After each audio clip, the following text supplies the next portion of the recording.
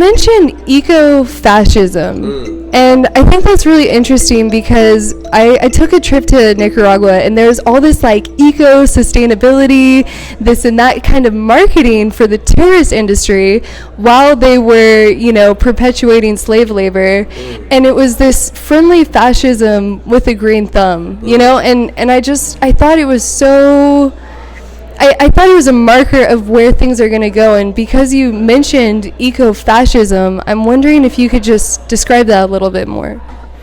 Well, I do think there's a threat for environmentalism, scientific-based and technocratic environmentalism, to become kind of like an eco-fascist or authoritarian ideology, because they can justify any sort of limitation on personal freedom because of this climate catastrophe that exists, that they talk about.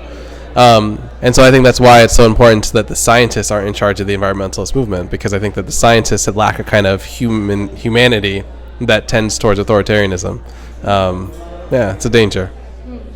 And you also mentioned the matriarchs, and I'm wondering if you see matriarchal structures as almost a remedy to the times that we're in, because in the matriarchal systems there's not really a hierarchy, there's not the pyramid, it's more of a circular structure of things.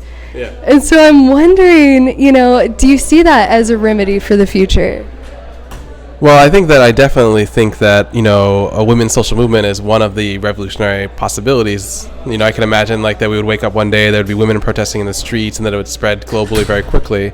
And I think that it could be oriented around this idea of gender parity, that there should at least be 50% or 51% of positions of power should be occupied by women, Whether or not that spirals into full-blown matriarchy, I don't know. I think that's kind of up to the imagination of the women who would be part of this movement. But yeah, I do think that women are probably one of the places that I would most likely see a social uprising.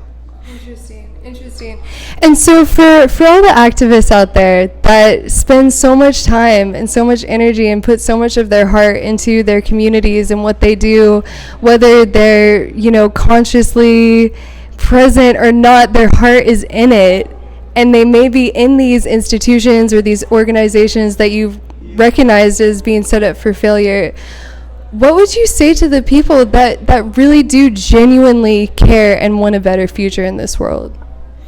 Oh, I think it's that revolution always comes as a surprise, and that what we need to do is protest differently and experimentally and innovatively, and that when we repeat the same protest behaviors, that's when we fail. So I'm not saying don't protest. I'm saying keep being an activist. Activism is great. I've been an activist my entire life. I'm always going to be an activist.